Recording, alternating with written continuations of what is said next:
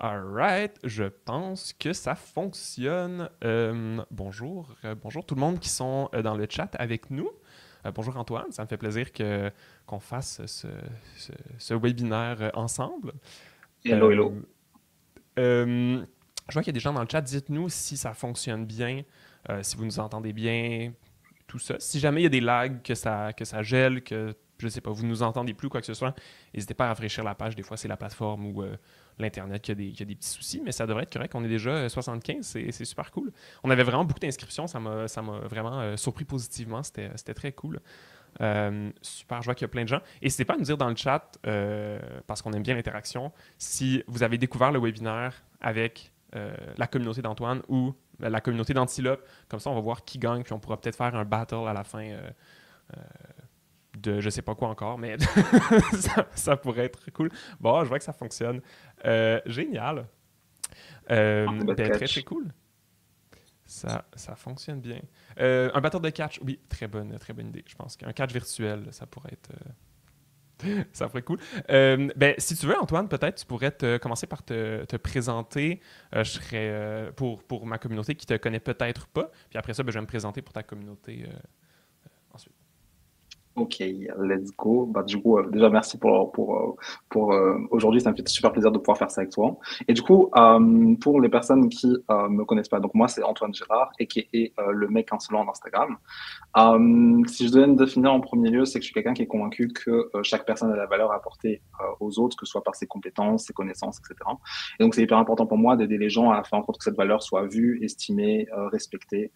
Et ça passe notamment par être payé, enfin être choisi pour soi et pas pour ses prix, que vraiment tu sois respecté d'un point de vue tarif. Et donc, j'aide les gens à sortir du lot, à vendre même si à moins cher ailleurs. Et donc, ça passe par trois aspects. La stratégie de contenu pour toucher les gens, le personal branding pour devenir mémorable et inimitable, et du coup le copywriting pour appliquer ça d'un point de vue concret dans ses contenus, dans sa manière de créer, dans sa manière d'amener les choses, dans sa manière de vendre. Et ça fait 5 ans maintenant. Et voilà, et je suis connu pour être une personne un peu trop grande gueule sur Instagram. Enfin, trop, je sais pas, mais, mais voilà. Cool! Oui, moi, c'est d'ailleurs comme ça que je t'ai connu pour la première fois via ton contenu. Je dirais qu'il reflète bien ta personnalité finalement. Je pense que c'est un des points qui est important sur Instagram aussi. Donc, en tout cas, c'est toujours un plaisir de lire ton contenu. Je vais me présenter pour ta communauté. Moi, je suis Charles. J'ai lancé Antilope, qui est une agence de publicité en ligne, il y a 5-6 ans. On a peut-être commencé à peu près en même temps, côté business. Avant ça, j'étais à mon compte. Là, je fais de la publicité depuis que je suis tout petit. Et puis, on utilise nous-mêmes le contenu organique pour se développer. On voit que ça marche bien chez nos clients, mais ce n'est pas notre spécialité à nous. Puis pour faire la petite histoire de comment ce webinaire existe, c'est que on a collaboré ensemble en septembre dernier pour le cabinet des curiosités. Moi, je te suivais un petit peu de loin avec ton contenu et tout ça. Puis, et j'ai vu tout le contenu incroyable que tu as créé pour ça. Mais ensuite, en discutant avec toi, je me suis rendu compte à quel point la croissance que tu avais sur les réseaux sociaux détonnait vraiment de ce qu'on entendait des discours normaux de la portée est en diminution, c'est difficile, les algorithmes. Il y a plein de gens qui arrêtent de publier sur les réseaux sociaux puis qui se tournent vers autre chose, notamment la publicité, mais pas que. Puis nous, on le voit chez nos clients que les entreprises qui ont une bonne présence sur les réseaux sociaux, en plus de la pub, en plus du reste, elles performent mieux, elles ont des meilleurs résultats et tout. Mais c'est tellement difficile aujourd'hui que quand j'en ai discuté avec toi, puis tu m'as dit, ouais, la méthode que j'ai, c'est une méthode qui est pas à la recherche de viralité ou qui est pas quoi que ce soit. Puis qu'ensuite, on regarde les résultats que tu as sur Instagram, les likes, les commentaires, les partages, à quel point c'est viral sans vouloir l'être. Là. C'est comme, c'est pas ce que tu recherches, mais pourtant, il y a totalement plus d'engagement que la majorité des comptes qui parlent du même sujet ou quoi que ce soit. Que j'étais vraiment impressionné. Puis je me suis dit, OK, il faut en parler. C'est la bonne chose. Puis là, tu m'as dit que ta méthode s'appelait Slow Burn. Puis là, j'ai trouvé ça vraiment, vraiment, vraiment génial. Peut-être si tu veux, pour lancer tout ça, notre webinaire est structuré un peu plus comme une discussion relax. S'il y a des gens qui sont habitués de voir mes webinaires où c'est très structuré, je présente des points après l'autre et tout, on va suivre quand même une bonne structure, mais on n'a pas des slides, quoi que ce soit. On est vraiment plus sur une discussion. Donc, n'hésitez pas à prendre des notes si vous avez des points intéressants. Et l'enregistrement va être disponible, évidemment, dès demain. Voilà. Donc, Antoine, peux-tu nous introduire à qu'est-ce que c'est ta méthode? Comment est-ce que tu as fait toi ou même pour tes clients euh, pour et aller chercher autant de visibilité sur Instagram sans on va dire, utiliser les modèles normaux, là. Bah, alors déjà, j'aime pas quand on réécrit l'histoire, parce que la vérité, c'est que pas que j'avais une méthode qui s'appelait Slow Burn, c'est que j'avais une méthode, point. Et pendant qu'on était en appel, pour essayer Oui, d'expliquer c'est comment vrai. ça fonctionnait, j'ai sorti le truc en mode, j'ai sorti ce terme-là, et on s'est dit, mais en fait, ça fonctionne très bien, comme ça définit très bien ce que c'est. Et du coup, donc voilà, donc Slow Burn par rapport à son fonctionnement. Donc c'est une première chose. Et la deuxièmement, c'est que là, par rapport à comment dire, par rapport à la méthode, ce qu'il faut retenir en premier lieu, avant toute chose, c'est que c'est surtout une méthode de vente avec son contenu. C'est-à-dire que ça, c'est, comment dire, c'est quelque chose qui va intéresser les personnes qui cherchent prioritairement à avoir des clients avec leurs réseaux sociaux et pas, justement, c'est pour ça, pas cette histoire de pas avoir de viralité, enfin, pas nécessairement avoir de la viralité au point, mais réussir à vendre facilement et convertir le plus fluidement possible les personnes grâce à ce contenu.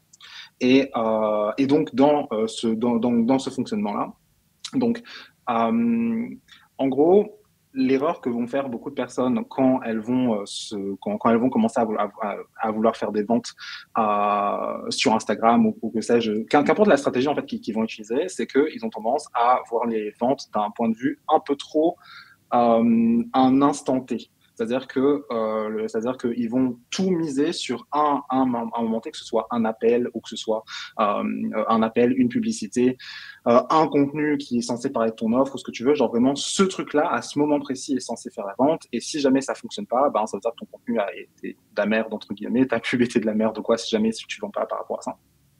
Et pourquoi est-ce que je considère que c'est une erreur entre guillemets? Parce qu'en fait, ça fonctionne. En soi, ça peut fonctionner si tu es très bon vendeur. C'est-à-dire que, comment dire, si, par exemple, on appelle si tu sais bien closer les personnes et tout en restant éthique évidemment, mais que comment dire, tu sais bien closer les personnes et tout, let's go. Si tu arrives à bien copywriter tes pages de vente et tout pour que quand tu fasses ta publicité, la personne elle arrive dessus, bam, elle achète directement. Comment dire, tant mieux pour toi, etc. Sauf que la plupart des personnes, on n'a pas ça. Comment dire, même en suivant des contenus sur le marketing, etc., etc. Comment dire, c'est le niveau de difficulté que ça demande pour réussir à vendre d'un coup est très grand. Là où ce serait bien plus simple, c'est d'essayer plutôt au lieu de vouloir vendre d'un coup, essayer plutôt de dispatcher ça sur le temps. Parce qu'en fait, in fine, quand une personne va dans son processus de décision d'achat, elle va suivre plusieurs étapes. Donc, depuis le moment où elle te connaît même pas jusqu'au moment où elle va décider d'acheter, elle va suivre plusieurs étapes dans sa tête. Et, plus plus ton parcours de vente est court, donc imaginons publicité, appel, achat, plus tu dois faire passer cette étape rapidement et donc plus tu te retrouves dans une situation où tu vas devoir, tu sais, typiquement les personnes qui font du closing, un peu du forcing pour vendre, un peu de la culpabilisation, etc. Pourquoi est-ce qu'ils utilisent ce type-là? Parce ils essayent de shortcut le fait que ben, techniquement ton timing est trop court, donc tu essayes de faire en sorte de pallier ce timing trop court par autre chose. Alors que si juste tu prenais le temps de un peu plus prendre les personnes par la main pour amener d'un point A à un point B, ce serait bien plus simple. Moi, le truc avec le slow burn, ce que vraiment le point qui m'intéresse, c'est que moi, de base, j'ai l'habitude de parler de parcours de vente avec le contenu et tout. Ici, vraiment, ce qui m'intéresse, c'est vraiment parcours de vente, c'est-à-dire déjà, quand tu commences à parler de ton offre, comment est-ce que tu fais pour amener les personnes à s'intéresser à ce que tu fais? Que le premier contact soit par ton contenu, parce que les gens ont commencé à te suivre sur les réseaux sociaux, ou que le premier contact soit une publicité. Comment est-ce que tu fais pour, OK, la personne, pour qu'elle achète, au final, elle va devoir entendre parler de ton offre plusieurs fois, de manière assez régulière sur une période qui va, alors ça peut se compter en jours, en semaines ou en mois, en fonction de ce que c'est et en fonction du tarif, en fonction de ta cible, etc. Et donc, le but, ça va être de vraiment créer ce momentum pour les personnes, ce moment, OK, j'en ai entendu parler une fois, j'en ai entendu parler une deuxième fois, j'en ai entendu parler une troisième fois, OK, bon, ça m'a vraiment donné envie, donc il faut que j'achète. Il faut. J'ai très envie d'acheter. Finalement, la personne a finalement décidé d'acheter si c'est pertinent pour elle. Mais ça va venir du fait de créer cet effet-là. Et du coup, pourquoi slow burn? Parce que justement, c'est que tu vas build l'excitement et l'envie de la personne au fur et à mesure jusqu'au moment où finalement, à la fin du truc, elle va faire son achat. Ce qui, en apparence, on peut se dire c'est plus compliqué entre guillemets, mais finalement c'est plus simple parce que personnellement, par exemple dans ma manière de travailler, je vends quasiment tous les jours. C'est-à-dire que je fais des contenus de vente quasiment tous les jours, mais c'est pas perçu par mon audience comme de la vente poussive, pour pushy. Parce que c'est tellement fluide et tellement simple, comment dire, que ça se mélange un peu au contenu et les personnes n'ont jamais l'impression que genre je fais du forcing ou quoi.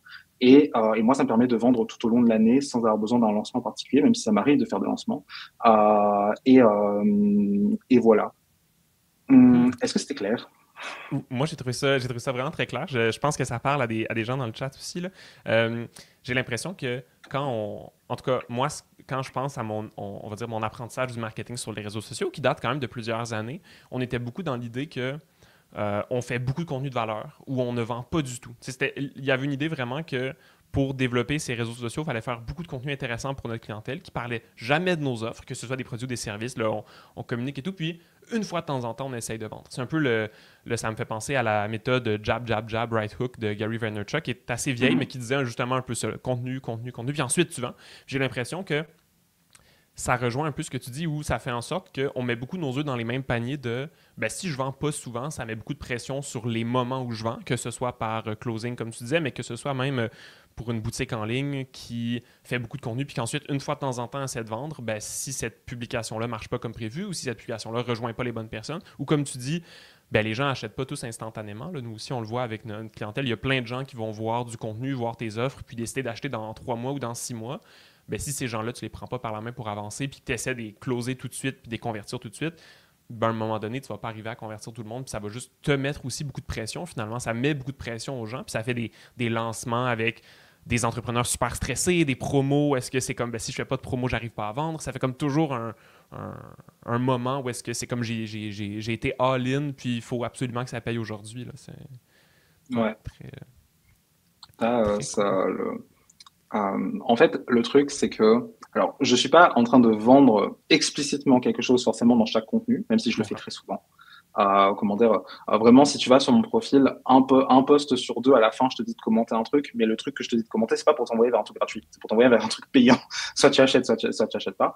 La majorité du temps. Et même ceux où je le fais pas, techniquement, comment dire, ils rentrent dans le processus de vente parce que, comment dire, ils me permettent de répondre à des objections que vont avoir les personnes par rapport à l'achat. Et on aura l'occasion d'en parler, mais répondre aux objections de ses clients, c'est pas forcément expliciter, oui, tu as peur que ça par rapport à mon offre, voilà la réponse. Parfois, ça passe par des choses un peu plus subtiles. Et, euh, et ouais, en fait, on n'est pas obligé de faire une grosse distinction entre apporter de la valeur et vendre. Typiquement, mes contenus qui ont le mieux vendu, c'est ceux où il y avait les deux à la fois. Et il n'y a pas besoin d'ailleurs, je précise, parce qu'on va se dire, ouais, peut-être faut avoir la place, le temps, etc. sur les contenus courts, est-ce qu'on a le temps de faire les deux? Typiquement, si vous êtes curieux, vous allez voir sur mon profil, il y a un post épinglé c'est un carrousel à l'intérieur, donc où j'explique un principe et tout qui peut t'aider et tout. Et à la fin, techniquement, je renvoie vers un mot-clé qui vend quelque chose. Et du coup, quand les personnes découvrent mon profil, ils vont voir ça, et ça va les intéresser, etc. Et souvent, les personnes vont s'abonner à ce moment-là. Elles vont mettre le mot-clé en question, voir l'offre. Est-ce qu'elles vont acheter? Absolument pas, en tout cas pas pour la majorité d'entre elles, mais elles savent déjà ce que je vends. Donc moi, après, comment dire, à chaque occasion que je vais avoir de reparler de ce truc-là, elles en auront déjà parlé. Et du coup, ça va commencer cet effet d'inertie, cet effet boule de neige, pour amener les personnes finalement à avoir envie d'acheter au final. Euh, pour que ça fonctionne, comme je disais, donc il faut en parler souvent, il faut en parler souvent, régulièrement, tout ça, faut continuer à en parler. Pour que on puisse faire ça, pour que tu puisses en parler régulièrement sans saouler ton audience, parce que personne n'a envie d'être sur un panneau publicitaire géant à chaque fois que on ouvre Instagram. Comment dire, si tu veux pas saouler les gens, mais continuer à en parler souvent. Surtout, tu vois, par exemple, tu fais une campagne de publicité, la personne va voir la même publicité une, deux, trois, quatre, cinq, sept fois dans la même semaine. Bon. Mais si vraiment tu pars du principe que la personne va peut-être acheter au bout de plusieurs semaines, tourner avec la même publicité sur, comment dire, pendant des semaines, voire des mois, auprès Ça d'un, devient enfin, redondant, là, ouais. alors moi, c'est juste, je passe là-dessus. Du coup, comment est-ce qu'on fait pour varier, pour faire en sorte qu'il y ait vraiment la variété et attaquer plusieurs angles pour que ça passe auprès des personnes? On va se baser sur les typologies d'acheteurs. En gros, il y a quatre grands types d'acheteurs chez les personnes, chez les personnes, et chacun de ces types d'acheteurs va acheter pour des raisons différentes. Mais en gros, même quand tu fais un contenu pour un type d'acheteur particulier, ça a bénéficié aux trois autres parce que ça rentre dans cet effet d'inertie. Je vais expliquer déjà c'est quoi les différents types d'acheteurs et après je reviendrai pour donner un exemple. Donc ces types d'acheteurs, on les catégorise par couleur. Du coup, ces couleurs, ça va être rouge, bleu, jaune, vert. Voilà. En gros, à quoi correspondent chacune des couleurs? Alors, l'histoire des couleurs, c'est parce que ça vient si les personnes connaissent le MBTI, ça vient de là, mais je vais pas venir sur des explications de cet aspect-là. Mais en gros, dans les quatre types de couleurs, donc on a les rouges. En gros, les acheteurs rouges, c'est des personnes qui n'ont pas besoin de toi pour prendre leur décision d'achat ou très peu. La seule chose qui va les intéresser, c'est OK, tu vends quoi, pour combien, et est-ce que ça correspond à ce que j'ai besoin là maintenant? C'est tout. Genre, tout le reste, j'en ai rien à foutre de qu'est-ce que tu racontes. J'en ai rien à faire de savoir c'est quoi ton storytelling, etc. Est-ce que je peux te faire confiance? Est-ce que oui, non, peut-être? Et puis la personne va acheter directement. Typiquement, dans l'exemple que je donnais plus tôt par rapport au post qui est épinglé sur mon profil, les personnes qui achètent tout de suite, elles sont rares, mais du coup, c'est des personnes de ce profil-là, des personnes de ce profil rouge, qui sont les plus rares des quatre. Ensuite, on a les jaunes. Les jaunes, c'est les personnes qui vont être plus touchées par l'aspect émotionnel quand tu vends quelque chose. Donc, que ce soit ta propre énergie, donc c'est-à-dire que tu as l'air excité de vendre ce que tu fais, tu as l'air super content de proposer ce produit, proposer ce service, proposer ce nouveau programme, qu'importe ce que tu vends. Ça va passer par tout ce qui est les émotions que tu vas faire passer, donc par du storytelling, par la manière dont tu vas raconter les choses. Tu sais, quand on va te dire, oui, dans ton copywriting, il faut que tu places des images in-si, que tu racontes des histoires, etc., c'est pour les jaunes. Ensuite, on a les bleus. Les bleus, c'est l'inverse des jaunes, c'est les personnes qui n'en ont rien à faire de tout ça. Ce qu'elles veulent savoir, c'est concrètement qu'est-ce qu'il y a à l'intérieur, comment ça se passe. Point par point, ok, mais concrètement, il y a quoi dedans, ça fonctionne comment et en quoi est-ce que ça va m'aider. En général, les bleus, c'est les personnes qui vont lire 3, 4, 5, 6 fois, non, peut-être j'abuse, mais qui vont lire la page de vente de A à Z, peut-être plusieurs fois, qui vont aller jusqu'à la section FAQ, lire toutes les questions, même les questions qui ne les concernent pas, qui s'étaient même posé la question, ils vont lire quand même. Ils vont t'envoyer un message pour te poser une question dont ils ont déjà vu la réponse dans la page de vente, mais ils vont quand même te poser la question parce qu'ils sont jamais, on n'est pas sûr au cas où, etc. Les bleus, c'est vraiment les personnes qui ont besoin de peser le pour, le contre, ils vont faire un tableau comparatif pour savoir le pourquoi du comment. Finalement, on a les verts qui sont un peu les suiveurs. C'est les personnes qui vont être plus sujettes à faire confiance à la monnaie sociale, pas à la monnaie sociale, au groupe, à savoir est-ce qu'il y a d'autres personnes qui te font confiance. Donc, s'il y a d'autres personnes qui te font confiance, moi, je peux te faire confiance. Donc, ils vont être soit tes clients, donc montrer des témoignages clients, des personnes qui te recommandent, etc. Ou l'environnement dans lequel tu es, par exemple, le fait que tu côtoies X ou Y entrepreneurs, entrepreneuses qui, pour eux, sont des personnes positives. Donc, par effet de halo, ils vont t'associer et ils vont considérer que tu vas bien avec. Donc, c'est un effet positif. Donc, ça va être un argument pour ces personnes-là. Donc, voilà les quatre types d'acheteurs. Mais je préchote un truc hyper important quand j'explique ce truc-là. Premièrement, il y a personne qui correspond parfaitement à chacun des types. On va avoir plus ou moins à mi-chemin entre plusieurs types. Et deuxièmement, ça ne sert à rien d'essayer de deviner son audience et de quelle couleur. En gros, ça sert à rien de se dire, ah oui, mais moi, mon audience, je pense qu'elle est plus jaune, donc je vais plutôt faire ce type de contenu-là. Ah non, moi, ça sert à rien, dans la mesure où, déjà, tu peux pas savoir. Et surtout, on n'est pas de la même couleur en fonction des produits et services. Par exemple, je vais prendre mon propre exemple. Moi, pour tout ce qui est formation en ligne, je suis bleu. J'en ai rien à faire de ton storytelling, j'en ai rien à faire de savoir qu'est-ce qu'il y a dedans, en quoi ça va m'aider. Et je suis très frileux, donc je vais vraiment aller dans le détail de qu'est-ce que tu vas proposer par rapport à ça. Pour complètement autre chose, je sais pas moi, les jeux vidéo, je suis quelqu'un qui est rouge. Genre, comment dire, je vois, ça me parle, je dégaine la carte bleue. Donc, en fait, ça va changer en fonction des personnes, en fonction de ce qu'elles achètent et tout. Donc, même si à la base, ça se base sur le MBTI, donc techniquement, c'est des types de personnalités qui sont censés se retrouver dans l'entièreté de la personnalité de la personne. En réalité, c'est un peu plus complexe que ça. Donc, ça sert à rien de définir les couleurs des personnes. Ce qu'on va faire, c'est juste on va faire un roulement dans le contenu, à s'adresser un coup au bleu, un coup au vert, un coup au jaune, etc. Quand ça s'adresse au bleu, du coup, les bleus vont être particulièrement touchés, mais même pour les autres couleurs, ça va permettre à créer cet effet d'inertie, comme je disais plus tôt. Est-ce que c'était clair? J'ai débité là un peu, mais... Moi, j'ai trouvé ça extrêmement passionnant. Puis je fais beaucoup de liens avec la publicité parce que c'est sûr que nous, on voit nos clients publier beaucoup sur les réseaux sociaux, mais on les accompagne surtout en pub. On s'occupe de la création de leur pub et tout ça. Puis quelque chose qu'on se rend compte, c'est que on fait plein de tests. Il faut comprendre, on accompagne autant des boutiques en ligne qui vont vendre directement, donc c'est des pubs qui mènent directement vers les produits, puis on accompagne des infopreneurs qui vendent des formations en ligne de plusieurs milliers de dollars, plusieurs milliers d'euros, où ben, tu n'achètes pas du premier coup, puis c'est pas juste en te montrant la formation sans te connaître que tu vas acheter.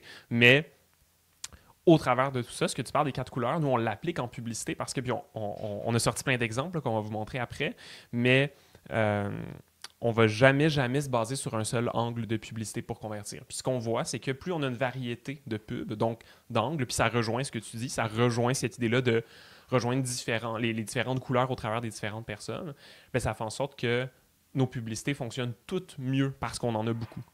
Donc, en gros, une publicité qui marche bien va jamais aussi bien marcher que 4 publicités qui marchent correctement parce que ben, il va y avoir un effet de levier de les gens voient plein de contenu, les gens vont s'adresser, puis c'est pas vrai que une seule ligne ou un seul contenu va tout régler des questionnements de la personne avant l'achat. Puis cette variété-là vient vraiment comme contribuer à la conversion pour faire en sorte que ça se transforme en action, que ce soit une inscription toute simple gratuite ou que ce soit un client qui achète un truc super dispendieux. À la limite, peu importe, c'est varier ces angles-là puis aller rejoindre un peu tous les types de questionnements ou tous les besoins que peuvent avoir la clientèle, ça fait vraiment toute une différence. Donc, j'aime beaucoup l'approche que tu as où ça cible comme par 4 cadrans, finalement, par les 4 couleurs. Mais ça s'applique finalement un peu n'importe où ce qu'on fait du contenu. C'est comme tu peux adresser chaque chose de plein d'angles différents. Ouais, complètement. Et du coup, comme on disait, donc ça, déjà, ça facilite la vente. Enfin, vraiment, c'est un accélérateur de fou. Et surtout, ça permet vu que ça te donne ne serait-ce que pour chaque couleur, tu as plein de manières d'aborder les choses, etc. Et quand je cumule le tout, par exemple, ça m'est arrivé l'année dernière, donc le mois où j'ai fait le plus de chiffre d'affaires, c'était un mois où j'ai littéralement passé le mois à faire des contenus de vente, enfin des stories de vente tous les jours. Et OK. les personnes sont là, oui. Et en plus, à l'époque, j'avais pas, il me semble que j'avais même pas de truc de mots-clés, tu sais. On disait, oui, mais en fait, faut pas mettre de lien en story parce qu'Instagram, il aime pas quand tu mets des liens. Du coup, là-dessus. À l'époque, moi, je mettais des liens, d'accord. Et j'avais fait des stories de vente tous les jours. Est-ce que, c'est le truc, on va se dire, mais du coup, les gens ont dû arrêter de regarder des stories et tout. Et non, les gens n'ont pas arrêté de regarder mes stories. Peut-être une partie, mais j'ai gardé là une grande partie de la visibilité que j'avais sur mes stories. Et c'est vraiment le mois où j'ai fait le plus de ventes. Qu'est-ce qui m'a permis d'en parler aussi souvent et de jamais saouler les personnes parce que j'avais ce fonctionnement-là où je variais, ne serait-ce comment dire, j'ai jamais fait 2 fois le même post au cours de ce mois-là parce que j'avais plein de manières d'aborder les choses, Mhm. voilà. Et du coup, notamment là, alors c'est pas là ça datait un peu ce que je viens de dire, mais par exemple j'ai fait un lancement il y a quelques semaines, dont je vais vous voir des posts là qu'on va voir des exemples et tout, qui justement ont permis, ça a créé cet effet d'inertie qui m'ont permis de faire un petit lancement à fort sympathique quand même. Ouais, vraiment. Puis c'est vraiment intéressant parce que justement, si on se connaissait pas puis tu me disais, bon, OK, pendant le mois, j'ai fait des stories de vente tous les jours. J'ai vraiment vendu fréquemment pendant tout le mois.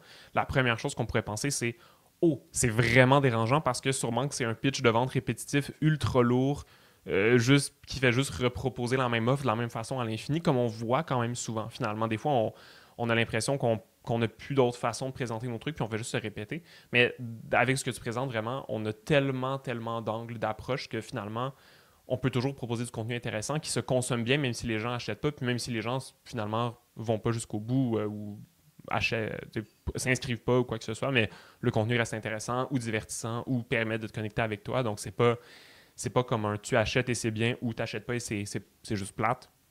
Il y a comme les deux qui se font. J'aime beaucoup ça. Puis je Ouais. ferai une transition parce que quand tu m'as expliqué un peu cette méthode-là, quand on s'est parlé, moi, ce que je me disais, c'est oh mon Dieu, ça va tellement bien avec la pub. Il y a tellement quelque chose qu'on peut propulser avec ça. Puis un truc que tu m'as dit, c'est oh oui, mais je le sais que dans ma communauté, il n'y a pas beaucoup de gens qui font de la pub. Je le sais que c'est quelque chose qui fait peur. Puis c'est pareil dans notre communauté. On a beaucoup de gens qui s'intéressent à la pub de loin, mais qui me disent souvent, ben, je suis pas encore prêt, je suis pas rendu là, je sais pas si j'ai le budget, etc. Donc, je trouvais ça intéressant quand même de faire un petit point sur qu'est-ce que ça prend pour commencer, parce que souvent, on a deux profils. On a le profil d'entreprise qui commence beaucoup trop tôt, qui se dit, oui, j'ai vu des gens qui m'ont dit que c'était facile puis que j'allais devenir très riche, donc j'ai investi en pub, et finalement, ça marche pas du tout, puis ils sont super déçus. Et de l'autre côté, des gens qui ont très peur de commencer et qui le font 2 ans trop tard, puis qu'au final, ils auraient pu commencer bien avant à avoir des très très bons résultats, mais c'est juste parce que ben, ici, ils n'étaient pas certains, ils ont peur de perdre de l'argent, puis c'est vraiment normal dans un risque financier. Parce que créer du contenu, ben, c'est un risque d'effort, d'énergie. Un contenu qui ne marche pas ou un lancement, un produit qui ne donne pas de clients quand on fait du contenu organique, ben, c'est beaucoup de temps perdu. Et c'est très chiant, mais investir en pub et que ça ne marche pas, ben, c'est de l'argent perdu, puis ça l'amène comme à un niveau de stress supérieur parce que ben, on n'en a pas illimité. Le temps non plus, là, tu me diras, mais au moins le temps, il se renouvelle chaque jour, tandis qu'à un moment donné, nos ressources financières, on veut en avoir, c'est certain. Donc, j'ai sorti un peu, il y a comme trois critères, trois variables qu'on confirme avant d'investir en pub. Parce que le plus gros risque de faire de la pub, c'est soit de le faire sans être prêt, donc de le faire trop tôt, ou de le faire et que ça marche pas et qu'on puisse pas comprendre pourquoi ça marche pas. Parce que si je fais de la publicité et que ça marche, tant mieux. Si je fais de la publicité que ça marche pas comme prévu, mais que je suis capable d'en retirer des leçons et d'analyser et de pivoter pour la prochaine fois, ben c'est dommage, mais j'ai quand même quelque chose. J'ai quand même un résultat qui est comme des réponses, puis des données, puis des choses que je peux utiliser. Mais si j'ai rien, que je sais pas quoi en faire, ou que j'ai juste gaspillé mon argent, ben c'est complètement inutile, puis c'est ça dont les gens ont peur. C'est finalement, j'ai juste lancé mon argent, j'aurais pu aller me faire un bon resto et ça aurait été vraiment plus délicieux que juste ma campagne que j'ai vu dépenser mon 50 € par jour pendant tout le mois, puis il s'est rien passé, puis je suis très triste. Donc, il y a comme trois variables que nous, on arrive à confirmer avant, parce que ce sera toujours un risque d'investir en pub. Tu peux pas juste y aller en étant 100% sûr que ça va générer des clients à la fin du mois, que tu vas avoir plein de leads, que tout va bien aller, parce que ben, on teste quelque chose de nouveau. Mais il y a trois choses qu'on aime valider. Premièrement, c'est est-ce qu'aujourd'hui, je suis déjà capable de générer des ventes froides? Ce que je veux dire par là, c'est que la publicité va aller rejoindre un public froid qui ne nous connaît pas du tout, absolument pas. Ça va être le premier point de contact. Est-ce que j'ai déjà généré des ventes auprès de personnes qui ne me connaissaient pas? Puis ce que je veux dire par là, c'est pas nécessairement des ventes au premier coup d'œil, quelqu'un qui a débarqué de nulle part, qui a acheté un accompagnement, quoi que ce soit. Mais si aujourd'hui, toutes les ventes se font par des événements que tu fais en personne, des réseautages, tes contacts, le bouche à oreille, ben ça, c'est toutes des ventes qui se font par des liens de confiance que tu n'arriveras pas à reproduire en publicité. Parce que si en ce moment, les ventes que tu fais, c'est parce que tu rencontres des gens dans la rue ou dans des événements d'affaires ou quoi que ce soit, ben c'est des gens avec qui tu peux parler en personne, qui te voient en vrai, etc. Ce ne sera pas la même chose, tu ne pourras pas répliquer ça en publicité. Mais si ton contenu organique arrive à générer des résultats, si ton SEO peut-être arrive à générer des résultats, si il y a des gens qui ne te connaissent pas, qui arrivent à voir ton contenu et qui achètent sans avoir un contact prolongé avec toi, ben c'est déjà un très bon signe. Ça veut dire que tu es capable, ton offre est assez intéressante pour la vendre à des gens qui ne te connaissent pas. Et ça m'amène à mon deuxième point qui est est-ce que tu es capable de répliquer ça dans le temps? Est-ce que c'est juste un coup de chance? Tu as fait quelques ventes à froid et ça s'est arrêté là? Ou est-ce que chaque semaine ou chaque mois, tu es capable constamment de générer des ventes de personnes qui ne te connaissent pas et qui n'ont pas à avoir un contact prolongé avec toi pour convertir? Ça ne veut pas dire quelqu'un qui voit ton contenu pendant plusieurs mois avant d'acheter sans avoir de contact, ça marche aussi là-dedans. Le processus peut être long, mais est-ce qu'il faut absolument que tu les rencontres, que tu leur parles ou que ce soit une référence de ta famille? Ben si oui, c'est vraiment pas un bon signe. Ça veut dire que ben, tu n'as pas encore réussi à vendre pour vrai en ligne. C'est en ce moment, ce qui vend, c'est la confiance de ton réseau, puis c'est pas la même chose. C'est très bien, mais c'est pas la même chose malheureusement. Et la dernière chose que je tiens à valider absolument avant de faire de la publicité, c'est est-ce que je suis prêt à payer pour générer des ventes? Si je vends de l'accompagnement, si je vends du coaching, ben je vends mon temps finalement. Donc, est-ce que si je vends un accompagnement à 2000 $ ou 2000 €, ben est-ce que je suis à l'aise du fait de peut-être payer 500 $, 500 € pour générer cette vente-là? Est-ce que je suis bien avec le 1500 qui me reste? Si je vends des produits puis que j'ai une marge de profit de 50%, ben, ça veut dire que de base, je ne pars pas avec tout mon argent. Donc, est-ce que je suis à l'aise de payer une partie pour générer ces ventes-là? Est-ce que j'ai en gros un modèle d'affaires suffisamment rentable pour que si je paye pour aller chercher une prochaine vente, ça fonctionne quand même? Puis, généralement, ce qu'on voit chez nos clients en moyenne, c'est des coûts de vente entre 20% et 50%. Donc, est-ce que mon coaching à 2000 €, je suis prêt à payer jusqu'à 1000 € pour le vendre? Si c'est pas du tout réaliste pour moi et ça fonctionne pas, c'est peut-être pas le bon produit à mettre en publicité, c'est peut-être pas la bonne approche, j'ai peut-être plein d'autres choses que je peux faire. Si j'ai 10% de marge sur un produit que je vends, un agenda par exemple que je vends physique, ça risque d'être compliqué de rentabiliser mes pubs. Donc il y a juste cette réflexion-là de modèle d'affaires à faire avant, parce que si je valide pas ça, ça sert à rien de commencer. J'ai pas ce qu'il me faut et c'est sûr que ça va marcher ou que j'aurai aucune idée de pourquoi ça marche pas parce que mon modèle marche pas. J'ai pas prouvé la demande, le besoin pour mes produits. J'ai même pas prouvé que mon positionnement était assez fort pour aller me chercher de la clientèle aujourd'hui. Donc, c'est pas le temps de faire de la publicité. Ça veut pas dire que ma business n'est pas prête. Ça veut pas dire que ma business n'est pas valide, n'est pas bonne ou quoi. Je suis juste pas rendu là. J'ai d'autres choses à valider avant.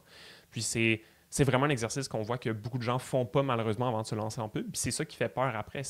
J'ai vu plein de gens perdre de l'argent, mais au final, ces gens-là, il fallait qu'ils valident ça, puis ça aurait été un petit peu plus clair pour eux. Ensuite, est-ce que ça veut dire que ça va être un succès absolu? Pas nécessairement, mais au moins, je vais avoir validé les choses plus évidentes avant de me lancer. Toi, je pense que Antoine, tu n'avais jamais testé la publicité, c'est ça?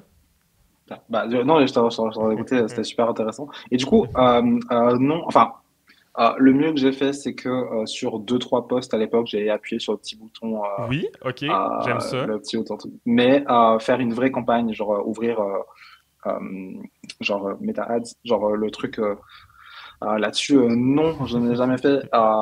Et après, de ce que tu me dis, je fais des calculs, je me dis, ouais, en soi, je pourrais en faire. Moi, le truc, c'est plus, est-ce que je me vois parler du fait de, oui, réussir à avoir de l'audience avec de la Bon stratégie de point. contenu, alors que les personnes me découvrent avec de la publicité, pas du contenu organique. Je sais pas, mais là, c'est plus une question de positionnement plutôt De qu'une question positionnement. de stratégie d'acquisition ou de vente. Mais non, du coup, si j'étais sur un autre domaine, je pense que, enfin, si mon business était exactement le même et que j'étais pas dans la stratégie de contenu, je pense que j'aurais pu, techniquement, je valide ce que tu dis là. Ben, puis c'est intéressant parce que ce que tu dis justement du contenu organique, ça me fait un bon lien avec mon dernier point, c'est que souvent la meilleure façon de commencer en publicité, c'est de répliquer ce qui marche déjà. Dans le sens où des fois on pense, je veux commencer en pub, je vois que j'ai des compétiteurs, des partenaires, des gens que je connais ils font de la pub pour un webinaire. Ah ben je vais faire un webinaire moi aussi, j'en ai jamais fait, mais là je veux me lancer en pub, je vais faire ça. Ou je vois qu'il y a des gens qui vendent des petits produits. Je veux faire de la pub, j'ai jamais fait de petits produits, je vais faire des petits produits. Mais la meilleure façon de commencer en publicité, c'est de répliquer ce qui marche en ce moment pour ton entreprise. Si c'est des webinaires parce que tu fais déjà des webinaires et que ça marche bien, mets de la pub sur les webinaires. Si c'est du contenu organique, mets de la pub sur ton contenu organique. Les boosts que tu as fait, c'est l'étape 1 que je recommanderais à n'importe qui génère déjà des résultats avec son contenu sur Instagram, par exemple. Si c'est mes infolettres qui vendent beaucoup, ben, je pourrais générer des gens pour qu'ils s'inscrivent à mon infolettre pour continuer d'avoir une audience plus grande là.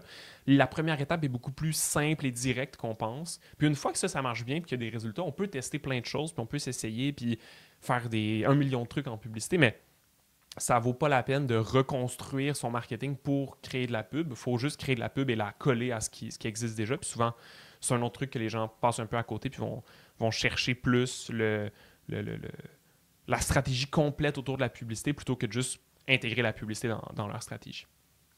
Puis parlant de publicité, je pense que là, je vois que le temps avance. On serait rendu à présenter quelques exemples de contenu en fonction des différentes couleurs d'audience. Je vais partager mon écran si... en fait, ce que je vais faire, je vais ouvrir tes différents posts, comme ça on va les avoir direct. Et puis je vais tout de suite partager mon écran après. Voilà. Bon, là, il m'en manque un, je ne sais pas c'est lequel. Ça va bien. Lui c'est bon. Et voilà. Parfait. Super. Donc, j'ai sorti plusieurs pubs aussi de mon côté qui s'adressent bien aux différentes audiences. Je trouve ça vraiment, vraiment intéressant. Share screen. Voilà. Si je fais ça, est-ce que ça va marcher?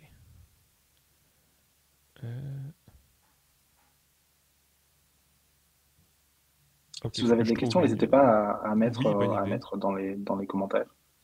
Euh, oui, ça Super. fonctionne. Cool. Donc, commençons avec lui. Là, ce que tu me disais, c'est que ce Ou- post-là, spécifiquement, c'est pour l'audience rouge, c'est ça?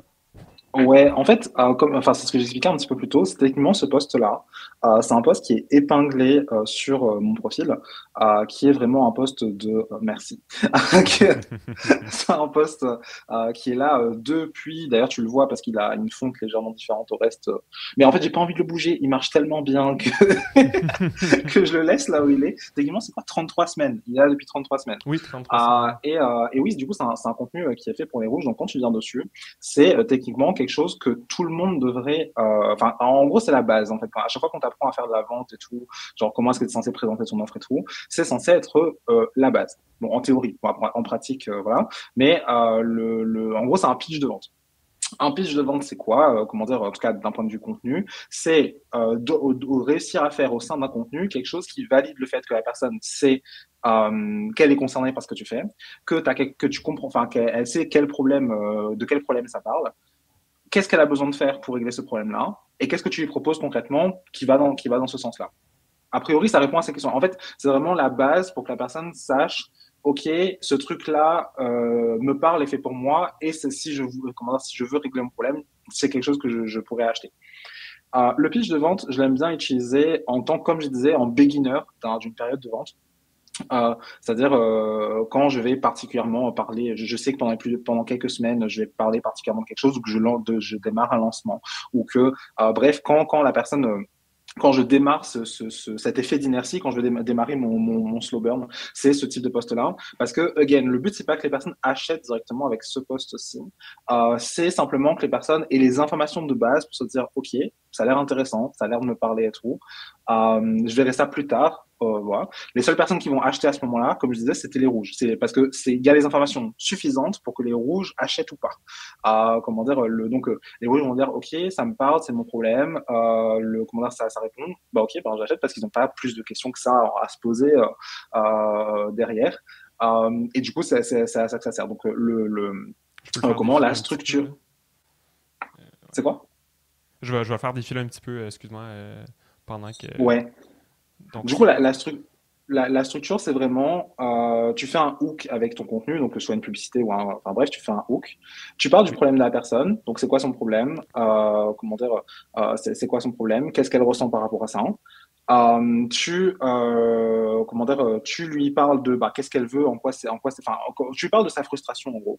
Et tu montres en quoi tu comprends sa problématique, que tu sais ce qu'elle vit, que tu es capable de l'aider. Tu montres en quoi tu relates avec ça, soit parce que tu as une histoire personnelle par rapport à ça, soit parce que tu as un client, une cliente et tout. Bref, tu montres en quoi tu es compétent par rapport à ça. Et tu lui dis, OK, mais en fait, ce que tu as besoin, c'est ça. C'est ça qui te manque. C'est ça qu'on t'a pas dit. C'est ça qu'on t'a là. Là, par exemple, typiquement là, vraiment en termes de stratégie, ça ressemble à ça. Alors que normalement, une vraie stratégie à la slide suivante, comment c'est censé ressembler à ça.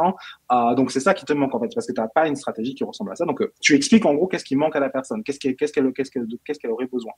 Et éventuellement, tu viens sur quel bénéfice ça lui apporte. Et finalement, un CTA à la fin pour dire, OK, bah, si ça t'intéresse, go acheter. Donc, vraiment, c'est hook, problématique de la personne, montrer en quoi tu es pertinente et que tu comprends sa problématique. Parler de quoi elle a besoin, donner envie par rapport à ça et renvoyer vers un CTA in fine. Une structure de pitch assez classique finalement, mais justement qui va parler à ces gens-là qui ont juste besoin de ça pour acheter. Puis en même temps, comme tu le disais, ben, ça permet de mettre la table pour toutes les autres personnes, juste de montrer que ton offre existe, montrer que peut-être c'est pour ces personnes-là, puis ensuite, ben, les autres gens vont être convertis, peut-être intéressés par d'autres types de posts aussi par la suite. Mais au moins, ça les commence, ça les prend par la main un petit peu dans la bonne direction finalement. Ouais, complètement. Cool. Je vais enchaîner avec deux publicités que. Là, si je fais ça, ça va-tu marcher? Normalement, oui. Deux publicités que moi j'ai sorties côté pub, côté e-commerce et formation. Puis là, c'est drôle, j'ai sorti une formation qui est à nous là, pour l'exemple parce que je trouvais qu'elle correspondait bien. Mais j'ai premièrement sorti une publicité des Mauvaises Herbes, qui est une entreprise qui vend des produits personnels et ménagers qui sont un peu zéro déchet, puis un peu plus en accord avec la nature. Puis c'est une publicité vraiment toute simple qui marche super bien de notre côté. Et c'est une pub qui est. Là, j'ai même pas affiché le reste du texte parce que je trouvais que ça répondait bien au pitch, justement. Tu es à la recherche d'une crème qui conviendra à la peau sèche de ton visage. Donc, on cible très, très bien la clientèle. On présente la solution idéale pour les peaux sèches. La crème est là, c'est tout. Pas besoin d'aller plus loin que ça. On a fait notre pitch, il est simple. Dans ce cas-ci, c'est un produit, donc la solution est moins complexe qu'une formation, qu'un accompagnement, mais ça fait exactement ce travail-là. Et j'ai sorti aussi une publicité que je trouvais qui correspond aussi bien à ça, surtout en identification de la clientèle. C'est une publicité pour notre formation à nous, qui est une formation qui montre comment lancer des pubs pour une promotion.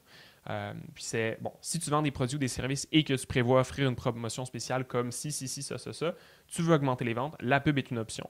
On le sait que c'est difficile, mais au travers de notre formation, on te montre comment y arriver.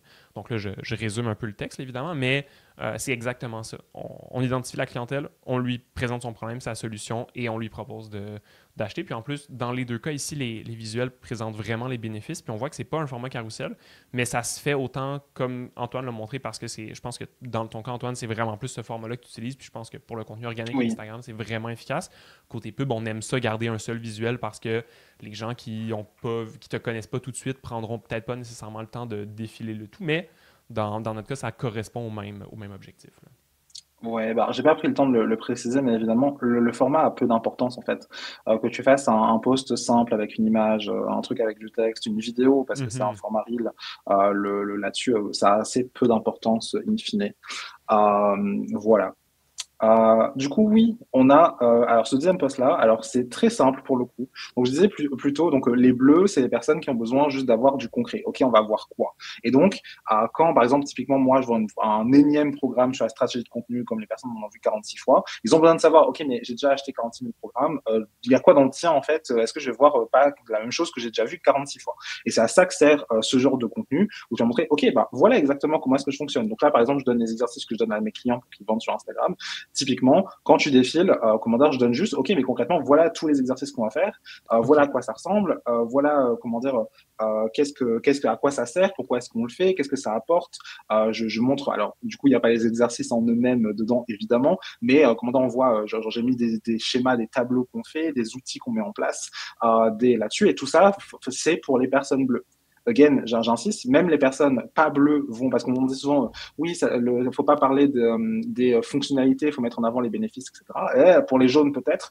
Pour les bleus, ça commentaire, c'est assez intéressant. Et même pour les jaunes, encore une fois, c'était cette idée de slow burn, cette idée d'effet d'inertie qu'on va pouvoir créer in fine. Voilà, c'est pas plus compliqué que ça, juste tu présentes concrètement, ça sert à quoi, comment ça Ce fonctionne, qui il y a contient. quoi dedans. Voilà. Cool. Puis d'ailleurs, c'est un truc, là, souvent on parle justement de mettre de l'avant les bénéfices, puis en copywriting, souvent c'est un peu la grande conclusion, puis nous, c'est ce qu'on parle souvent à nos clients aussi. Mais tu ne peux pas parler de bénéfices si tu ne parles pas de, de ce qui justifie ces bénéfices-là. Tu ne peux pas juste dire mon produit va je sais pas, là, rendre ta peau ultra douce ou va changer ta vie, puis va faire en sorte que tu dormes mieux, si tu n'expliques pas pourquoi ou comment. Parce que c'est très pelletage de nuages là, qu'on dit. C'est très flou de juste dire je vais te présenter un bénéfice, ça va changer quelque chose dans ta vie sans justifier pourquoi. D'avoir des preuves derrière, ça crédibilise beaucoup le truc. Puis je pense que ce genre de contenu-là marche vraiment bien. Puis, c'est quelque chose qu'on fait un petit peu moins en publicité parce que souvent, ça implique plus d'éléments techniques et tout, ça implique plus de contenu. Puis souvent, c'est le rôle de page que ça fait. Mais on aime quand même le tester. Des fois, c'est en présentant ce qui va se passer une fois que tu vas avoir cliqué, on va faire un appel, etc. Mais là, dans ce cas-ci, j'ai sorti une pub d'inspiration créative, l'entreprise de Kylian Talin, qui vend le Lanti Business Club, qui est des clubs d'entrepreneuriat un peu partout en France, je pense, pour le moment. Et la section que je trouve intéressante, c'est ce qui vous attend dans l'Anti Business Club. Des cercles de rencontres locales, une bibliothèque de 100 tutoriels, un espace bienveillant, des formations enrichies, un système unique, des sessions de coworking. On détaille un petit peu plus qu'est-ce qui va se passer. J'aimais beaucoup ton contenu qui détaille ta méthode. Dans ce cas-ci, c'est plus un détail des composants finalement, mais ça peut être d'expliquer les modules d'une formation, ça peut être d'expliquer des fonctionnalités concrètes et des détails derrière un produit ou de ce qui va se passer. Tu sais, une fois que tu vas avoir commandé, on va emballer ta commande, te l'envoyer dans les 3 jours, tu vas la recevoir. Ces détails-là, ça m'en vraiment confiance les gens. Là. J'aime beaucoup. Ouais, complètement. C'est exactement ça. Je enchaîne avec celui-là, je crois. Ouais, alors, Oups, typiquement, excuse-moi. euh, Je reviens vite. pas de souci. Euh, j'ai Du coup, cliqué je sur peux le mauvais commencer à bouton. introduire, si Oui. tu mets le même. Du coup, comment dire, donc, pour revenir sur les verts, donc les verts, pour rappel, c'est les personnes qui vont suivre, qui vont être les suiveurs. Ils ont besoin de témoignages, de savoir qu'est-ce que tu fais, etc. Le truc avec les témoignages, c'est que, again, on se rappelle que quand on fait un contenu pour une couleur, on veut aussi que ça bénéficie aux autres couleurs. Le truc, c'est que quand tu vas juste foutre un témoignage tout seul comme ça, Tu peux l'accoler à un autre contenu si tu veux, mais tout seul comme ça va pas être très intéressant. En tout cas, ça va intéresser que les verts et qui sont déjà à un stade très chaud du moment de la vente. Il faut que quand tu partages comment dire, que tu partages tes témoignages clients, quand tu veux vraiment toucher l'entièreté des couleurs pour créer cet effet d'inertie, il faut que ça intéresse ces personnes, que ça, il y a un petit côté à entertainment, etc. Ça peut passer par différentes choses. Par exemple, au lieu de juste faire un bête témoignage client, tu peux faire une étude de cas ou comment dire une interview d'un client, etc. Et là, par exemple, moi, c'est passé par quoi? Par alors avec un ton très particulier où je dis regarde, qu'est-ce qu'elles ont raconté sur moi ces personnes-là. Vu que les personnes aiment bien le côté insolent, genre, je dis quoi, il y a un drama et tout. Que nenni, en fait, comment dire, dans le. Attends, c'est ce poste-là? Ah non, pardon. Je te change, je t'ai Pour envoyé le celui-là, mauvais c'était... poste. Ah, bon, ben, il n'y a pas de problème. Est-ce que tu peux retourner sur mon profil Oui, et je me disais aussi... Ben, c'est un excellent post, mais... alors. euh, euh, Oui, c'est parce que le ton était. Ah, celui-là. Voilà, celui-là. Bon, parfait. Oui, Ok. voilà. Du coup, donc, c'est exactement ce que je viens de dire. Donc, Commanda qui introduit donc les personnes regardent qu'est-ce que Soumaya, Anaïs ont raconté sur moi et tout. Et en fait, du coup derrière, je mets alors des passages du retour qu'elles m'ont fait. J'ai pas mis parce qu'elles m'ont fait des grands. J'ai envoyé un questionnaire où elles ont répondu à plusieurs questions et tout. Et pour dynamiser et tout, j'ai entremêlé les bouts de ce qu'elles ont fait. Et en fait, quand tu as commencé à lire, les personnes sourient un peu. D'ailleurs, quand tu vas voir dans les commentaires, les personnes sont là, je vais te piquer l'idée sur, comment dire, sur la présentation des témoignages. Mais du coup, ça a bénéficié vraiment à créer à la fois, du coup, pour les vers, ce qui est l'objectif initial de regarder, il y a des personnes qui valident ce que je fais, mais aussi, du coup, que ça crée de l'entertainment pour les autres, pour que, again, toujours cet effet d'inertie, ça rajoute des arguments pour acheter au final.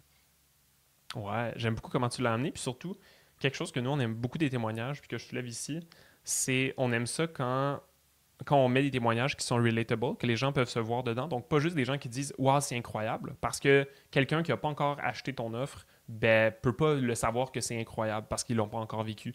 Mais tu vois ici, j'avais des appréhensions, mais j'ai été rassuré du sérieux d'Antoine dès la première vidéo. Ben là, j'avais des appréhensions. Les gens peuvent se reconnaître là-dedans. Des gens qui regardent ton offre puis qui se disent, ben je sais pas, est-ce que c'est la même chose que tout, etc. Donc le fait d'avoir quelqu'un, souvent on aime ça, des témoignages qui disent, au début, j'étais pas certain de la qualité parce que je m'étais fait dire que c'était pas bon. Finalement, j'ai été vraiment, vraiment surpris positivement, puis c'était incroyable. Ben, ce genre de témoignage-là, qui part d'un négatif puis qui finit en positif, ben, c'est vraiment plus facile pour les gens de s'associer à ça parce que ben, ils ont les mêmes doutes que ces personnes-là. J'étais pas certain que c'était fait pour moi, finalement, ça a changé ma vie, ou etc. Donc, c'est vraiment, vraiment intéressant comme témoignage. Je pense que c'est très, très fort. Puis là, tu continues comme ça avec d'autres, c'est vraiment très cool. Puis là, t'enchaînes en vente, là, c'est ça. Voilà. Ouais, exactement. C'est Trop vraiment cool. basiquement ça. Et, euh, et en soi, alors, c'est rare qu'on ait ce genre de témoignage, mais même techniquement des témoignages de personnes à qui ça n'a pas, ça, je sais pas conjuguer ce verbe, mais que ça n'a pas, il n'y avait pas eu de correspondance entre ton offre et ça. C'est intéressant d'avoir quand même le retour parce que du coup, ça peut, à l'effet inverse, confirmer. Par exemple, j'ai voulu suivre ton programme, mais au final, comment dire, ça m'a pas convenu parce que dans mon fonctionnement à moi, je suis ta ta ta ta ta ta. Du coup, ça permet que les personnes qui sont dans la même cas de figure prennent pas parce qu'effectivement, ça va pas leur convenir aussi, mais surtout les Mhm. personnes qui sont pas dans la même configuration. On va se dire, ah oui, mais moi, ça devrait m'aller parce que justement, je ne suis pas comme ça et là-dessus, donc ça peut être intéressant aussi. J'aime beaucoup.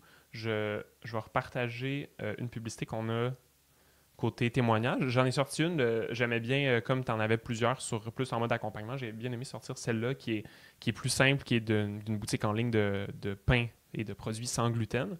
Euh, Où finalement on enchaîne un petit peu avec on ne te demande pas de nous croire, mais va voir les avis de gens qui ont été satisfaits. Quelque chose aussi qu'on aime bien faire, que là, j'ai pas sorti maintenant, mais c'est côté preuve sociale, justement, c'est de montrer le nombre de ventes qu'on a déjà fait, le nombre de personnes qui ont déjà acheté, qui se sont déjà inscrites. C'est ultra puissant si tu as déjà quelques centaines ou quelques milliers de personnes, ou si tu as un accompagnement plus limité, ben, juste le fait de dire que si tu as un programme de 15 personnes, mais que tu as déjà 10-12 personnes qui ont pris leur place et tout, ben, tu as cet effet-là de preuve sociale et de groupe pour montrer que ben, la personne qui réfléchit à son achat, elle n'est pas la seule à le faire. Donc voilà, Ouais, c'est euh, quelques avis. Typiquement là-dessus, tu sais, les gens ils se demandent parfois pourquoi est-ce que les personnes, quand elles font un lancement, elles disent ah il y a X personnes qui ont rejoint, ah ils vont faire des trucs et des murs de post-it avec toutes les personnes qui ont Oui, acheté au final, etc. Alors certes parce que ça fait kiffer de savoir qu'il y a des gens qui te font confiance et tout, certes, mais d'un point de vue vente ça sert parce que du coup justement pour les verts ils disent ah mais en fait il y a d'autres personnes qui ont pris la décision, donc je suis exactement ce que tu viens de dire du coup. exact. Je suis pas le seul à réfléchir et tout. Puis c'est vraiment le plus gros de la preuve sociale, là. Et là, je sais pas si c'est le bon post, mais j'ai sorti le Oui dernier oui. pour parfait pour les jaunes, euh, qui sont plus storytelling et tout ça. Donc, je te laisse nous en parler, qui est une Du excellente coup anecdote d'ailleurs. donc les jaunes. Donc ce qu'on va faire, c'est qu'on va sortir le storytelling. On va alors peut-être pas sortir les violons, mais presque. Comment dire, le but c'est de vraiment comment dire, créer. Le but c'est de créer des émotions. Alors quelles émotions? On a un panel de possibilités en fonction de ce que tu vends, en fonction de l'histoire que tu racontes, en fonction de là-dessus. Mais en gros, ce qu'il faut retenir, c'est qu'il faut que ce soit des émotions à la fin qui fassent en sorte que les personnes aient envie d'acheter. Donc ça va passer simplement par du storytelling, trouver une anecdote qui est pertinente par rapport à ça et la raconter. La structure d'un storytelling, quand vous voulez créer un storytelling, enfin, le principe est assez simple. On a une situation initiale qui va avoir, c'est vraiment un truc qu'on apprend à la base, donc situation initiale. Cette situation initiale va être bousculée par un élément perturbateur. À cause de cet élément perturbateur, il va y avoir différents problèmes, etc.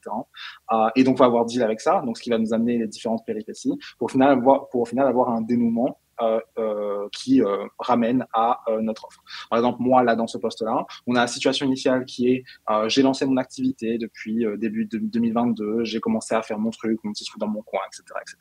Sauf que j'ai acheté plein de programmes et tout. Au final, je tombe sur un programme qui m'a pas servi. En même temps, j'ai une histoire avec une personne qui me demande 2 500 euros. En même temps, j'ai plus de revenus comment dire, enfin bref, tout ça qui arrive en même temps, ce qui fait que je sais pas quoi faire, je sais comment dire, j'ai un ras-le-bol et tout.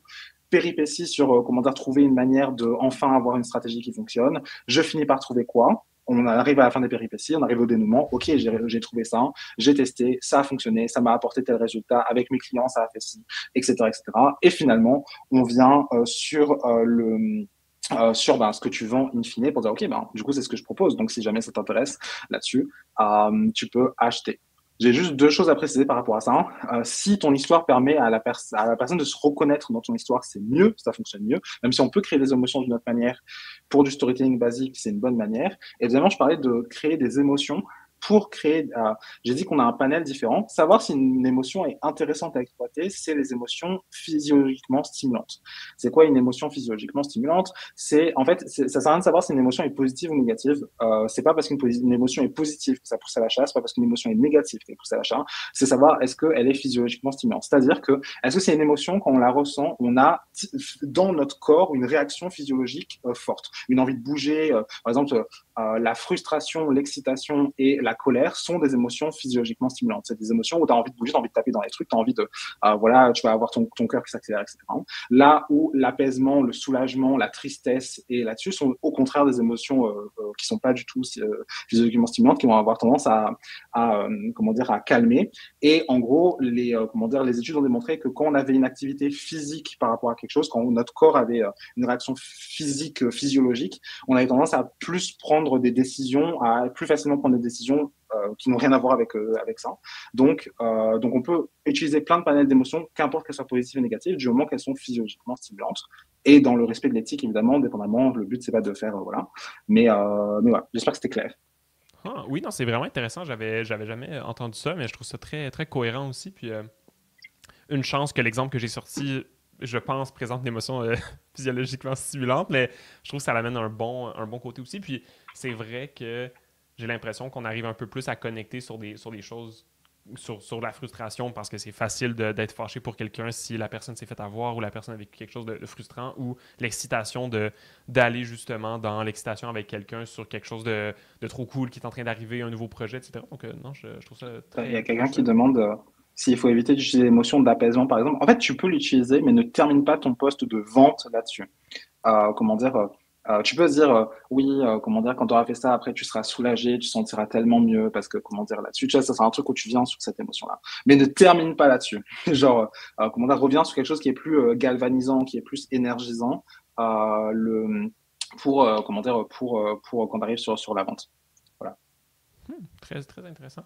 Je partage un dernier exemple qui est un storytelling qu'on avait fait pour le cabinet des curiosités, justement, en publicité par le compte d'Alex Martel, où le storytelling, c'est celui-là, je pense, c'est moi qui l'avais rédigé. On est allé vraiment en mode excitation du projet, histoire de la création du projet, qu'est-ce qui s'est passé. C'est une publicité, c'est pas le texte qui avait le mieux fonctionné, mais c'est, je pense, le deuxième texte qui avait mieux fonctionné. Puis au final, là, je le résume, on parlait de toute l'histoire de la genèse du cabinet. Le cabinet, c'était comme un gros lancement avec plein de produits. Puis là, ben, c'était en 2023, j'ai partagé à mon ami Charles. En septembre, on allait visiter, mais ensuite, on s'est arrêté sur le nom du cabinet des curiosités, mais ça aurait pu être une salade de fruits, par exemple. En février, on commençait à faire des invitations, etc., etc., etc. On a invité des gens, on a réussi, Fait que c'est moins une structure, je pense, classique. Il n'y a pas eu de grosses péripéties, il n'y a pas eu de gros problèmes, quoi que ce soit. C'est plus juste une montée d'excitation puis une montée de tension positive sur le projet. Mais pour nous, c'est une publicité qui a vraiment très, très bien fonctionné. Puis après, on enchaîne un peu plus avec le contenu, etc. Donc, c'est pas que ça. Mais ouais, on a vraiment eu ça. On a vu beaucoup de gens qui ont embarqué. Comment dire, ça respecte scrupuleusement la structure comme l'événement, mais parfait. Mais ouais. Donc voilà, je pense que c'est une pub qui a vraiment très très bien marché. Puis souvent ces discours-là, justement, vont pas, tout le monde les appréciera pas, mais ceux qui vont le lire, ceux qui vont embarquer vont aussi être excités avec toi du truc, là. Donc c'est toujours cool. Puis on voit beaucoup de clients faire ça aussi, même pour des. Là, c'est un cabinet, c'est un truc plus complexe et tout, mais pour des produits plus simples. On voit plein de nos clients faire des lives quand ils lancent un nouveau produit, montrer leur excitation, montrer les premières commandes et tout. Ça marche, les gens embarquent avec toi parce qu'ils veulent partager cette chose-là avec toi. Donc, n'hésitez pas à faire ça non plus. Ça se fait dans plein de contenus. Voilà pour ça. On arrive un peu au bout de notre contenu qui a absolument duré 30 minutes. Là, ça fait juste 30 minutes qu'on est ensemble. Là, vraiment, on va revenir dans le temps. Est-ce qu'il y avait quelques questions? On pourrait prendre quelques minutes pour quelques questions. On s'est quand même bien étalé finalement. Une chance, au début, on avait encore plus d'exemples. Une chance qu'on n'est pas allé là finalement. Mais bon, j'étais peut-être optimiste sur mon 30 minutes, mais bon, c'est pas très grave. On parle beaucoup aussi. Il y a Stéphanie qui t'a posé une question sur le retargeting. Oui, commençons par ça. Stéphanie disait, parlant de faire de la pub qui se colle à notre modèle d'affaires, penses-tu que ça vaut toujours la peine de faire du retargeting quand on vend des produits où les mêmes critères s'appliquent? Stéphanie, les mêmes critères s'appliquent. Au final, le retargeting, c'est un morceau de publicité. Pour ceux qui ne savent pas c'est quoi, le retargeting, c'est le principe de montrer de la publicité aux gens qui te connaissent déjà ou qui ont déjà démontré un intérêt. C'est très, très bien. C'est un processus de vente très long. Si en ce moment, ça prend plusieurs semaines, plusieurs mois avant d'acheter tes produits ou tes services et que tu vois que ces gens-là, il y en a beaucoup, que c'est long et tout, ben le retargeting, ça peut être une des premières choses à faire, mais ce ne sera pas le cas pour tout le monde. Dans tous les cas, ça s'intègre facilement. Peu importe ce que tu fais en publicité, que tu le fasses consciemment ou non, il va y avoir du retargeting. Facebook va le faire pour toi. Donc, ça dépend un peu d'exactement ce que tu fais. Ah oui, puis là, tu l'avais reposé, mais voilà. Donc, oui, ça peut être... Je vois que tu as une agence, agence apéro. Donc, si c'est une agence pour proposer des services, normalement, c'est long avant de faire affaire avec une agence. Donc, si c'est ton cas, ça peut être quelque chose à tester définitivement. Il y avait Alice qui, je crois, te demandait, est-ce que tu casses également des croyances dans tous les types de posts, bleus, rouges, etc., ou ce sont sur des posts à part? Bonne question. Alors, premièrement, est-ce qu'on peut faire des posts à part qui répondent aux croyances? Oui, même si on peut quand même les associer à une couleur, une réponse basique qui répond aux croyances, ça peut. Ça, c'est la première chose. La deuxième chose, c'est qu'en vrai, normalement, tu es censé casser une croyance dans tous tes posts, même ceux qui n'ont rien à voir avec les couleurs parce que c'est des posts purement là-dessus. Je vais pas refaire tout un truc dessus parce que ce sera un peu long, mais en gros, il y a beaucoup de croyances que je peux pas casser avec un seul argument. Imaginons qu'à la base, les personnes pensent que ce que tu vends n'est pas censé être payant. Bon, on va éviter de viser ce genre de personnes. Mais imaginons que les personnes à la base pensent que ce que tu fais n'est pas censé être payant, ils comprennent pas pourquoi c'est pas gratuit, et qu'à la fin, tu veux réussir à leur vendre un truc qui coûte plusieurs centaines d'euros. Alors, à part si tu fais de la magie noire, tu vas pas réussir à faire changer la personne d'avis avec un post qui, là-dessus. Donc, en fait, le but, c'est de découper. Donc, d'abord, convaincre la personne, OK, c'est enfin, non, ça, c'est pas gratuit. Genre, comment dire, enfin, c'est normal que ce soit payant. Une fois que la personne a accepté l'idée que ce soit payant, accepté le fait que, ok, c'est payant, mais c'est pas genre 5 euros, genre, c'est, comment dire, ça, être une certaine somme. Et une fois qu'elle a accepté ce truc-là, accepter le fait que tu as un certain prix et pas, même s'il y a moins cher ailleurs, etc. Donc, on va venir découper ça. Et pour pouvoir faire ça, si tu commences à faire ça uniquement au moment où tu commences à parler de ton offre, où la personne sait ce que tu vends exactement, euh, dépendamment du business, etc., c'est un peu tard. Donc, quand tu fais du contenu organique, surtout quand tu commences là-dessus, c'est bien de commencer à débunker des croyances avant même avant même d'y arriver. Et donc, même des contenus qui sont innocents, entre guillemets, dans le sens où d'apparence, ils ne répondent pas à des croyances, ils doivent toujours répondre, au moins en partie, dans ce parcours-là, dans une croyance de quelque chose. Donc voilà, tu peux faire des contenus dédiés à ça. Techniquement, tout contenu est censé répondre à une croyance. Il y a des contenus exprès pour les bleus qui vont répondre à une croyance particulière, etc. Et même des contenus qui ne sont pas des contenus de vente en soi sont censés déjà commencer à débunker des croyances. Très cool, très très cool. Je nous lis une autre question. Merci beaucoup. Je vais lancer mon Instagram, mais je reste totalement bloqué sur les premiers posts, le premier surtout. Un conseil de contenu pour les 3-4 premiers, s'il vous plaît. Est-ce que tu as une façon de lancer le contenu ou tu y vas un peu comme tu veux, puis ça se fait sur le rythme? Alors, ça dépend si, du coup, est-ce que tu vas avoir une stratégie de contenu? Ou est-ce que ton compte Instagram va être une sorte de vitrine où tu vas ramener les gens dessus par X ou Y manière, donc publicité, etc. Et qu'après, genre en mode, ils vont faire confiance à ce qu'il y a sur ton profil pour au final acheter. Si c'est la deuxième option, parce que c'est la plus simple à expliquer, ton contenu va être pensé pour convaincre les personnes. Donc les premiers posts que tu vas faire, je te conseille de suivre ça. Par exemple, tu pourrais avoir 3 posts épinglés sur ton profil. Qu'importe que ce soit des carousels, des posts ou genre des reels, ça n'a pas d'importance. Mais 3 posts épinglés sur ton profil, où un premier, ça va être le pitch de vente classique, qui va s'adresser au rouge pour dire, OK, ben, la personne sait ce que c'est et tout. Après, si tu fais de la publicité, peut-être que ton contenu rouge va être plus à être directement ta pub, peut-être. Mais, là-dessus. Et puis, un deuxième post épinglé qui va être soit alors pour les bleus ou pour les jaunes, et un troisième qui va être pour la couleur qui manque. Et peut-être pour les verts, juste mettre un témoignage ou mettre une story la une ou, bientôt il n'y aura plus de story à la une, mais un endroit où tu mets des témoignages clients ou là-dessus. Et voilà. Et si c'est pour une stratégie de contenu, bah là, le début a peu d'importance dans le sens où, là, c'est les posts, par exemple, tu commences cette semaine à poster du contenu. Dans 2 semaines, on n'aura plus rien à foutre de qu'est-ce que tu auras posté en premier. Donc, en fait, commence à créer du contenu sans te poser la question, est-ce que c'est le début ou pas? Genre, les personnes verront pas ça, les personnes qui me suivent. Pour la plupart, ils n'ont pas vu qu'est-ce que je postais il y a 2 mois, tu vois. S'il y a 2 mois peut-être, mais bref, ils n'ont pas vu ce que j'ai posté au tout début de mon compte ou quoi. Donc le début a peu d'importance. Cool, bon point. Qu'est-ce qu'il y avait d'autre? Comment faire pour une marque e-commerce de bijoux qui n'aurait pas forcément d'histoire forte ou un storytelling comme développé dans ces exemples? Je commencerai peut-être avec un exemple que j'ai qui me vient en tête. Là. En fait, j'en ai deux, mais on a beaucoup de clients qui vendent des produits où des fois, on a une histoire de création. C'est pour qui tu as créé ces produits-là en premier, qu'est-ce qui t'a amené à les faire. Je pense à une de nos clientes qui est Minimo Motivation. C'est des outils d'organisation ludiques pour les enfants. Le premier enfant pour qui Valérie, la fondatrice, l'a créé, c'est pour son propre enfant, Samuel. Puis bon, on a raconté une histoire autour de ça. Samuel était dissipé, il courait un peu partout, il n'arrivait pas à se brosser les dents, etc. De faire sa routine. C'est comme ça que Valérie a créé son premier produit. Tu as peut-être une histoire de création comme ça. Sinon, on aime beaucoup les histoires avec des clients. Je reprends l'exemple de citron confit tout à l'heure, c'est du pain sans gluten. Mais de la façon qui est fait, c'est que tu n'as pas l'impression.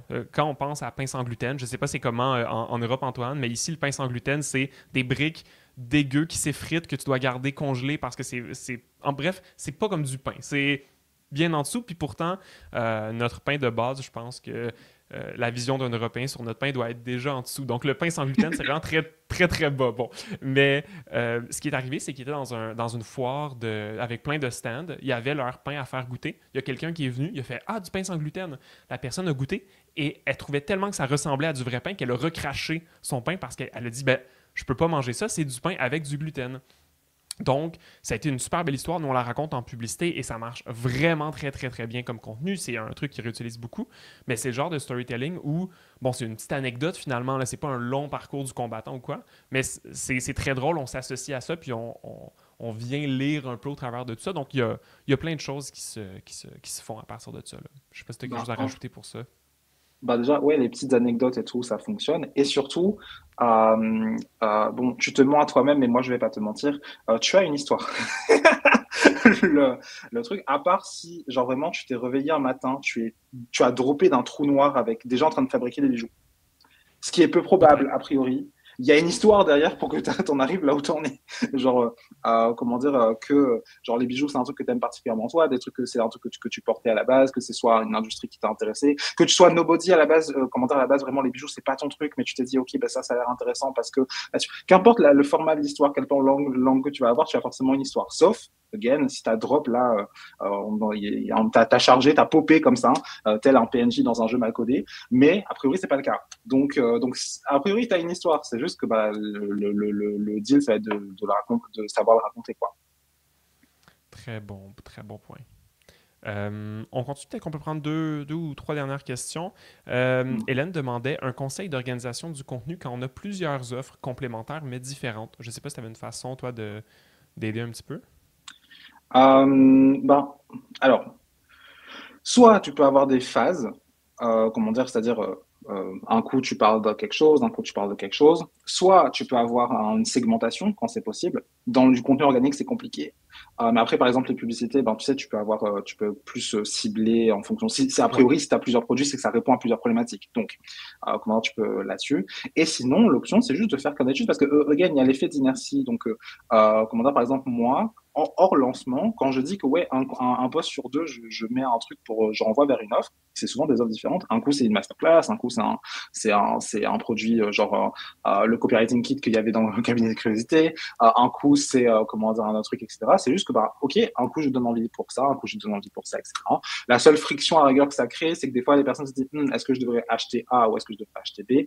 Mais moi j'ai prévu ça, donc j'ai des contenus qui répondent à ça. Comment dire, j'ai même des automatisations pour les personnes, j'ai même prévu dans mon système qui puisse répondre. Mais vraiment, tu peux juste varier, vu que de toute façon, vu qu'on n'attend pas que les personnes achètent maintenant, mais à force d'en entendre parler, tu peux très bien, par exemple, tu crées 5 posts dans la semaine, ben, sur ces 5 posts, il y a peut-être 3 offres différentes que tu as présentées dedans, c'est OK. Genre, c'est OK. Tout à fait. Je pense pas que tu peux te limiter à une offre, quoi que ce soit, si tu as un positionnement qui regroupe le tout. Là, si tu as deux entreprises différentes, peut-être que ça vaut la peine d'avoir des réseaux différents, mais sinon, ton positionnement devrait regrouper quand même ce que tu offres. Euh, euh, euh, euh, Bon, peut-être une dernière question ou deux dernières questions. Je pense que ça s'adresse bien à toi. Là. En poste épinglé, est-ce que c'est pertinent et intéressant de garder les basiques? Qui suis-je, mes services, ma méthode? Je vois ça sur beaucoup de comptes dans mon secteur. Ou est-ce que tu conseilles un peu plus ta méthode où tu avais comme des différents pitchs de vente sur les différentes couleurs? En fait, les différents pitchs de vente, ils sont intéressants, bah, comme je disais, surtout quand tu fais, quand ça te sert de vitrine ou tu t'attends à ce que les personnes entrent dans un système très vite. Si ton but c'est stratégie de contenu, c'est-à-dire que certes il y a le système là, mais les personnes vont d'abord te suivre pendant quelques semaines et tout là-dessus, tu peux faire un key switch. Moi, le fonctionnement que je conseille d'avoir pour les personnes, c'est un, comment dire, le premier post qui sert de post de pitch. Alors, par exemple, moi, il sert tant pour présenter mon produit qu'à me présenter moi, en fait, parce que ce produit et ce poste présentent un peu genre la base de comment est-ce que je fonctionne en stratégie de contenu. Donc, un premier truc, même si tu ne vends pas dedans, ça peut être juste pour te présenter ou renvoyer tout de suite vers une offre qui intéresse la personne. Again, sans objectif que la personne achète tout de suite, forcément. Et de poste, tu peux faire un basique qui suis-je et tout. Juste, moi, c'est pas une question de fond, c'est plus une question de forme. J'aurais tendance à déconseiller d'avoir un poste qui a pour titre qui suis-je, parce que comment dire, surtout pour si c'est épinglé, ça s'adresse à des personnes qui te connaissent pas. Donc en vrai, ce qui les intéresse en premier lieu, c'est pas toi, c'est eux. Donc qu'est-ce que tu as à m'apporter? Donc plutôt qu'un qui suis-je, ce sera comment dire, soit un truc qui parle de toi, mais qui capte un peu l'attention. Genre, typiquement, comme je l'ai dit tout à l'heure, ouais, comment dire, j'ai bossé à Burger King, par exemple, ou un truc qui parle de la personne qui est en train de te lire, comment dire, qui est tourné vers tu quelque chose, tu veux quelque chose, etc. Mais qui va quand même te présenter. Le fond ne change pas, c'est juste que dans l'approche, voilà. Très, très bon point. J'aime beaucoup.